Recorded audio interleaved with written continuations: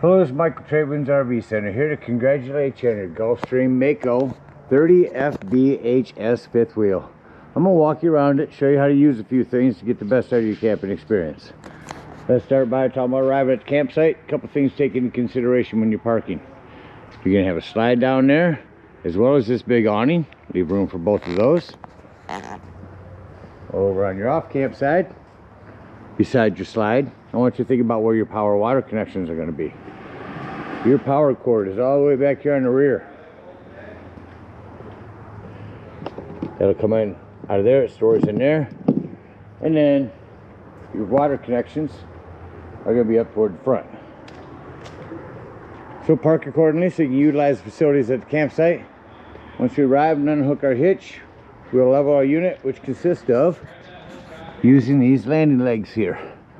Extend to raise, retract to lower. So just get this up and down to your level. Once you are level, next thing we do is stabilize it. Now if you chock your tires, this is the time to do so.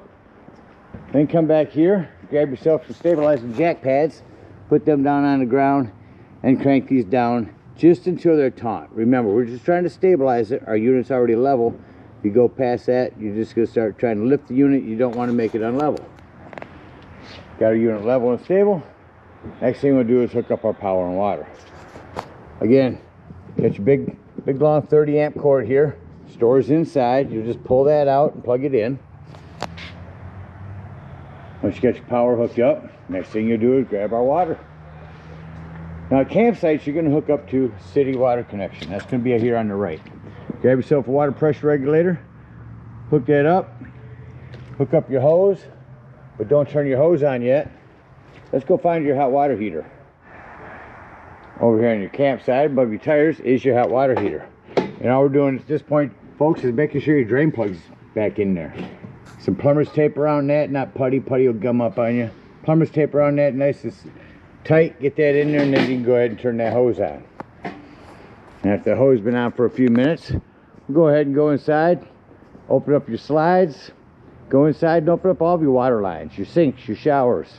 Get all the air out of the lines, get a nice steady flow of water going through the lines, and then you're all set up to camp. Now let's say we're going to go dry camping. In that case, you're going to fill up your freshwater tank. That's here on the left. No need for a water pressure regulator. Just simply gravity fill that with a hose. And then whenever you want to utilize that water, you'll turn on your water pump indoors. While you're filling this, go inside, and while you check the levels of your black and gray tanks, there's also a button for your fresh water. Check that out. Make sure you don't overfill it. Once it is full, put that cap back on. And then whenever you want to utilize that water, you'll turn on your water pump again. There's an overflow valve right there in case that gets too full as well. All right, you're all set up with power and water. Go ahead and walk you around the rest of the unit before opening it up on the outside here. Starting up front, we've got our outdoor shower. You got a big storage area. Again, city and freshwater. Down there's our black tank flush. We'll talk about that when we dump our black, which is wastewater, and gray tanks. On your slides, I want to mention on your seals, there's a lubricant spray you can put on those to keep them flexible and pliable over the years. Recommend getting some of those. Spraying it on there regularly. Here's where you plug in your cable at the campsites. Again, one power here. Got a back sewage to dump here. Got a ladder, utilize it. Go up there several times a year. Check the seams of your roof and caulk as needed with recommended RV roofing caulk. I recommend getting a cover for this spare tire. You got a good one here. Keep it new, keep the sun off it. Get a cover for it. You don't want to dry rot it by the time you do need it. Again, your awning, I'm going to send you a separate video on how to pull out these manual awnings. You're really just going to unhook these here on the end, set them out, and pull on that lever up there. But I'll send you a video on that. Access to the back of your fridge. Again, your hot water heater. If for some reason that doesn't seem to be working, come out here to check to see if either one of these are bubbled up. Those are your overrides, 12 volt and 110. Speaking of 110s, you got a couple out here. Flue for your furnace, a few things on that. One, make sure it's never blocked. Two, if you are running it, steer clear if it does get hot. They make bug guards for those as well. That is a vent for your indoor range. Again, the other side of our storage area. Up front here we have our propane and batteries. Propane here on the left is on a regulator. Lefty loosey to open. That turns red, your gas is bad. Right now the gas is on. Shut that back off. Batteries, check your battery post every now and then. Make sure nothing's wiggled loose over time. See the battery disconnect. And then again our landing leg controls. Well, it covers everything out here. Let's go take a look on the inside. Alright, coming up beside your unit. Straight ahead, now to our right. This top one here is going to be for that fan right there. Shut that off. Below that is going to be a thermostat. We'll start by going the fan on for cool. Turn that down. That blasts your AC. Shut that off. You see normally the fan shuts off rather quickly. Leave it on auto this time for furnace. Crank the heat up. Do the furnace kick on. There's your return for that by the door. Shut that off. And you'll see that time with the furnace, the fan actually does take a couple minutes to run before it cycles through. Below that is where we check the level of our fresh, black, and gray tanks. Over to the right is where you see the level of your battery. Here's where you turn on your water pump to get to the fresh water. And here's where you check the level of your two different bathroom black tanks. And down here is your slide control. We'll utilize that when closing it back up. Television looks like a DVD player here for you. A couple of nice bench seatings. Bench storage seating put in here. Sofa, antenna. Talk to you about an important thing. Crank this all the way to the right when you get to the campsite.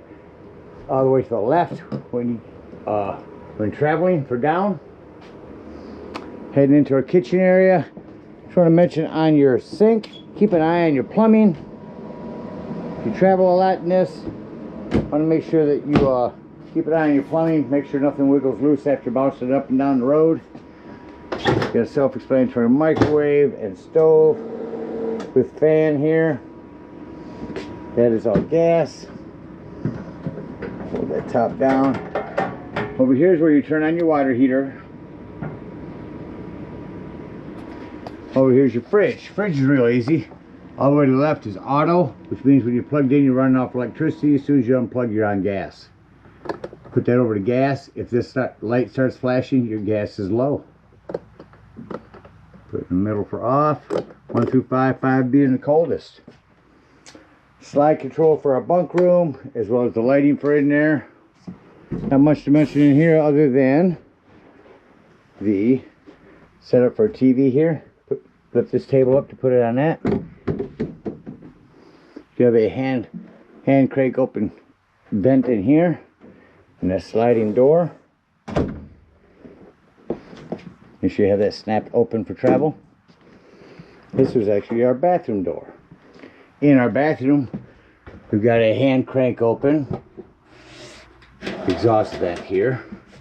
Separate door that you want to make sure you keep locked for travel.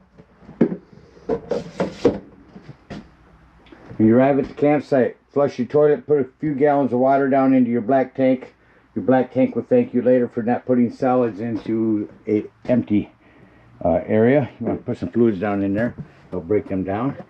Here's your breaker box and fuses. Got a ton of 15s in there, a couple 20s. I see a 5. Highly recommend having some of those with you when you go camping.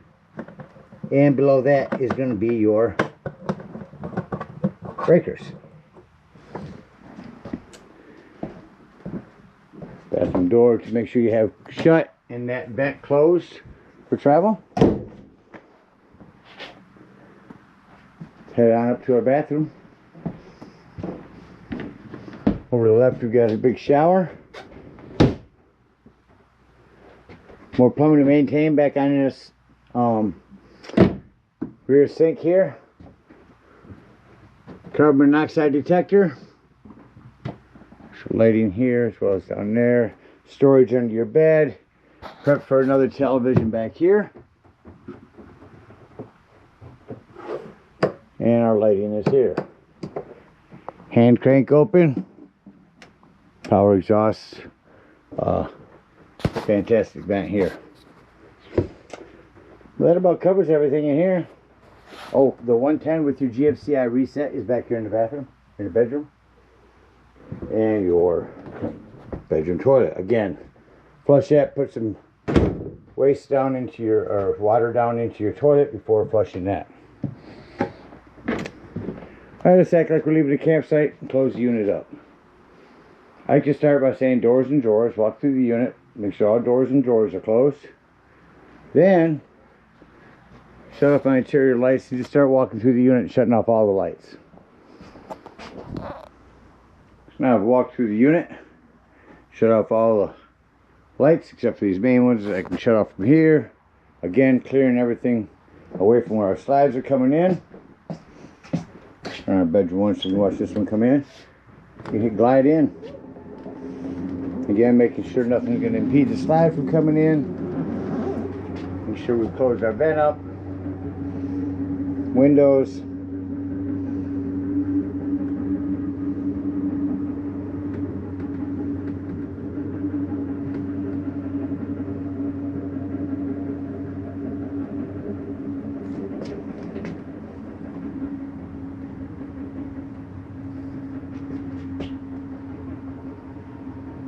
So you utilize every inch you can, nothing on the floor in there at all.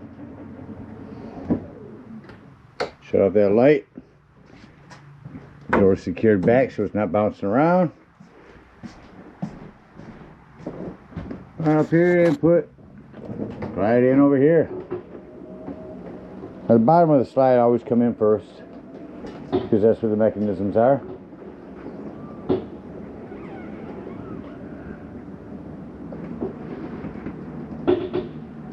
Once we got this in all the way, we'll just shut off our lights and head out and act like we're leaving the campsite.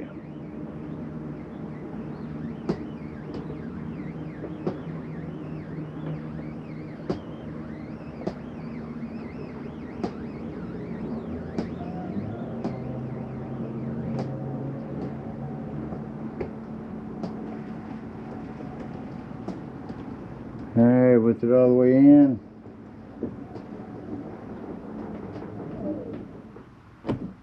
Finger off, shut off interior lights and exit the unit.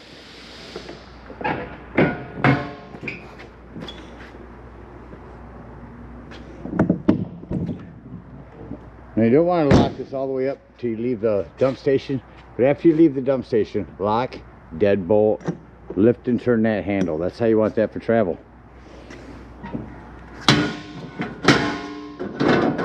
Pull up the steps.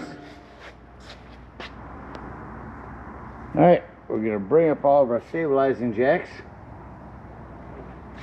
before we are dry camping. We get up underneath there, dump our low point drains, hook up our hitch and head on home or to the nearest dump station, whatever we're in need of. For the campsite, we'll unhook our power, our water, our cable, hook up our hitch and head on up to the dump station. That dump station parked accordingly. You got two dumps, one in front of your tires, one behind. Starting with the one in front, you get up underneath there and pull that big black handle back there. That's gonna be your sewage. Once that sounds like it's no longer draining, go inside, check the level of your black tank. Shows empty or darn close to it. Come back out here, leave that handle open, leave that hose hooked up, and turn on the hose from your dump station right here into this sewage flush.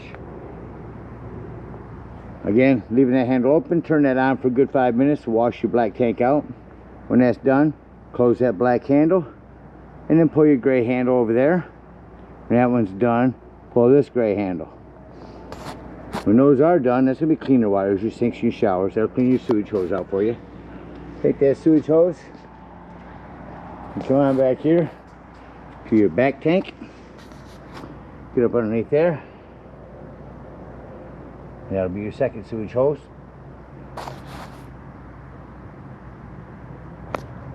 And there's where you reach in and pull the handle for that. When that one's done, take and store your sewage hose at a sanitary and convenient place and head on home. Again, we thank you guys so much for your purchase. Hope you enjoy this Mako for many years to come. Happy camping.